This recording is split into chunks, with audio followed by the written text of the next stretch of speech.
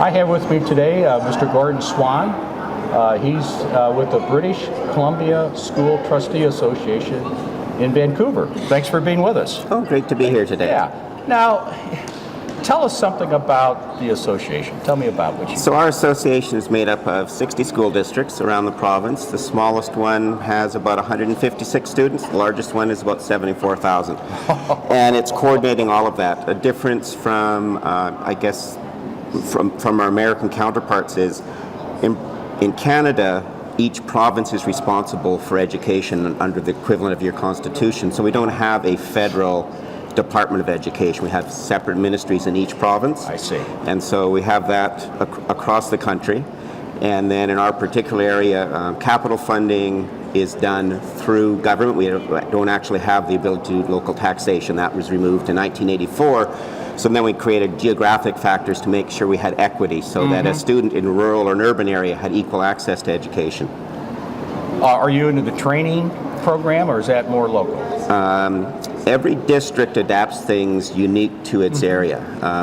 And we've been fairly successful. We actually have OECD coming to BC, and actually in May, to look at what we're doing, because they're looking at how we've narrowed the socioeconomic gap and our student success numbers. If we're looking at reading, writing, and mathematics, if British Columbia was listed as a country, we would be up there going back and forth with Finland between number one and number two. Gosh. So they're actually coming to say, how have you done that with a multicultural country? Because we're not like Finland or other European countries where it's fairly concentrated. We're like the United States. We've got this broad mosaic, and how have you done that? So they're actually coming, and we've actually said to them, you actually need to look at not just mathematics and reading and writing. Those are outcomes, but it's the other things we do in inclusion and keeping the student at the center in terms of student success that actually is what's getting us to those outcomes. So we've redesigned all of the curriculum. We've looked at, in our particular area, with Indigenous populations, so your Native American population, and how we close that gap, and we've been successful in doing that, and part of that is really looking at how we work with our First Nations population. We've brought back teaching First Nations languages. So if you think of the Navajo Code Talkers, we're actually teaching languages again, and that's an important part of culture, that if once you lose your language, your well-being, your feeling of inclusion in a school, you start to lose some of that. So a host of areas that we're doing to make sure we get there. We recently have the only area in Canada, we have the federal government, the provincial government, and First Nations, where we signed a tripartite education agreement, which actually lists out a whole series of things to make sure that First Nations have that improvement and we have that inclusion, because we know from residential schools assimilation didn't work. We actually, the Sinclair report actually called it a cultural genocide, and so what he said was education got us into this mess originally at the federal level, and education at the provincial level is going to get us out of it. And we're quite happy in our district where we have parity now. It's been a 20-year journey, but the difference in graduation rates is 0.5% now, and so it's been a 20-year journey to get there. How long have you been on the board? I've been there 22 years. So you've seen it from the inception. I've seen it from the inception. Seen when you would have a communications 12 class as opposed to English 12, and it was mainly Indigenous students. And when I first got on, I said, "There's something wrong with this." When I look at a class. Because if you took communications 12, it wasn't recognized by post-secondary. So you said you're cutting off, which included trade schools. So you're cutting off life chances. And we probably haven't run that program in 7 years now. It's just the straight English class, which gives the most life skills. And we meet with our local chiefs on a regular basis. My goodness. So it's an all-inclusive piece. Well, I hear you talking about life skills and having the cultural diversity that you have. Then those life skills, are they quite different for different areas of the provinces? Or is there a common core that you have to have basic? What we've seen, we've closed, is a socioeconomic gap. So no matter where you are in that economic piece, we've actually closed the gap in terms of completion rates, in terms of student success, and so that's something we've worked on, that because we know inherently that those skills aren't driven by income or by accident of birth, and that we know that a child who's on social assistance can just as, we can put in the supports to make sure that they are achieving at a higher level. Do you mandate or provide funding for meals for breakfast? We have them in some school districts. There's 60 districts, so some districts have meal programs. What we've done is we've said in most districts we won't differentiate, so we'll just have meals programs as opposed to saying you have to show up with a voucher, because I think when you show up with a piece of paper, there's a stigma attached to that as well. Absolutely. Absolutely.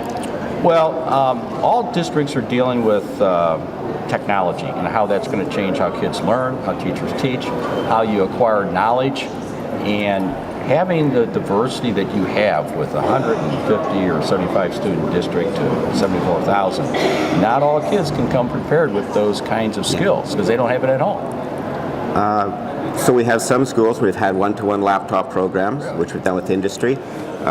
When I look at this device, the kids who came into kindergarten 13 years ago, this didn't exist. I have kids in grade 11 and 12 writing apps for this. So you're looking at kids coming in, you're saying, so how do I prepare you for a job market that we don't even know what it's going to be? And so it's the soft skills, it's the critical thinking, the teamwork, the problem solving. How do we combine all those soft skills in with, we still need reading, we still need writing, we still need mathematics, but how do we combine with those soft skills? Because we now have students, that device didn't exist as a smartphone. They're now, by grade 11, writing applications for that and making some money from it in the process. So who teaches these students those kinds of technology skills? Because teachers, they don't have all the knowledge they need for all these areas. Do they teach themselves? So we actually teach coding. We start that at the grade 4 level. We've actually done that with industry. We actually met with industry for about a year and a half and talked about what are those things that you need. Interesting thing we found when we talked with Microsoft, because often we talk about deficits, and Microsoft said, well, about 10% of our workforce, maybe 12%, we're aiming at the autistic spectrum. And we kind of went, oh, that's interesting. We always looked at that as a deficit. You're telling us that high functioning is actually a benefit, and in coding, that they can see things, those students. So there's actually, we need to look at the strengths of that child instead of weaknesses, because they were telling us the strengths they have is they can see things in the programming languages and get it done 4 and 5 times as fast as anyone else, because they can see what we can't. And so we've seen that. We have students working with robotics. We have robotic competitions, and we know in the mining community, which is near where I am, the first 2 autonomous trucks arrived. So they now need more IT people. Interesting, they also said, we have drone pilots as a job skill now, that we don't drive around and look at things, we actually use drones. So we're going, okay, we need to rethink education, rethink the curriculum. How are we making sure that students have those skills? I know in some areas in the States they've banned cell phones. We actually have teachers who say, I'm going to have an assignment where you kids actually have to, instead of just using social chat, putting pieces together on your phones to pull all that information together.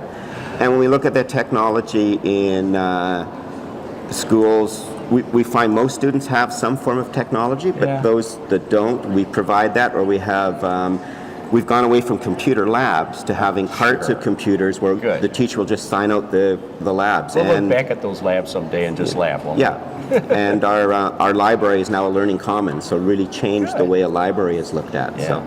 So pedagogy and fresh new ideas and breaking down the barriers between education, community, and the business world has really driven us exciting ways. And as a trustee, it's to make sure we have good governance policy that enables my teachers, because we think we've got some of the best teachers in the world, but we want to make sure, what are the stumbling blocks we have in your way? We don't want those to be there. So what can we do to enable you to get the best out of your students, to create that creativity, to create those pieces, and the ability to experiment. So some districts now have outdoor kindergarten.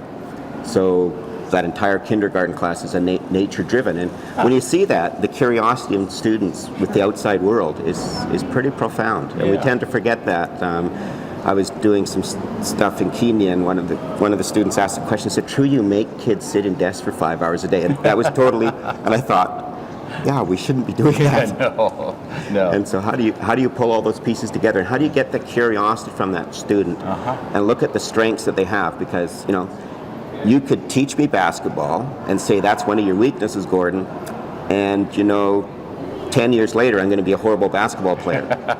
I can take my son, who, building on that strength that he has, is a great basketball player. Wow. So it's those pieces of, you know, am I going to take you into a classroom and say, let's work on those areas, or no, those are areas we need to manage, but we really need to find what are the skills that you have that we need to develop and we need to bring out of you. Interesting. And so a different way of looking at curriculum. Very tailored for the student. Yeah, we're looking at individual plans for each student. A lot of project-based learning now. Okay. So interesting. Well, after 22 years, you know, you seem to be able to sit back and see the forest through the trees, see the big picture.